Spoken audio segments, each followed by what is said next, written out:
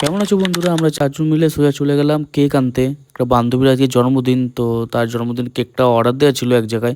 দেখতে পাচ্ছ এই যে কেকটা, এত সুন্দর কেক ছিল আর কেকটা এত বড় ছিল যে খুব সাবধানে আমাদের কেকটা নিয়ে নামতে হচ্ছিল, কেন পুরো দায়িত্ব ছিল।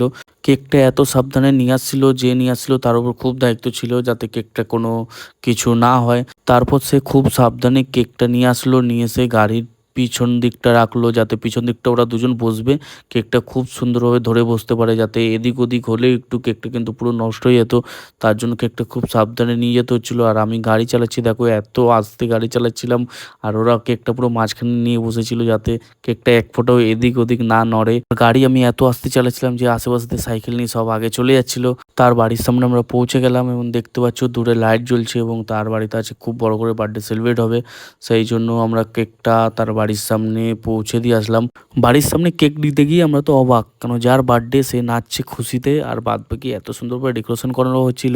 আর ডেকোরেশনের বাদবাকি ভিডিও তোমাদের পরের ভ্লগে দেখাবো। চলো টাটা, আজকের মতো এইটুকু।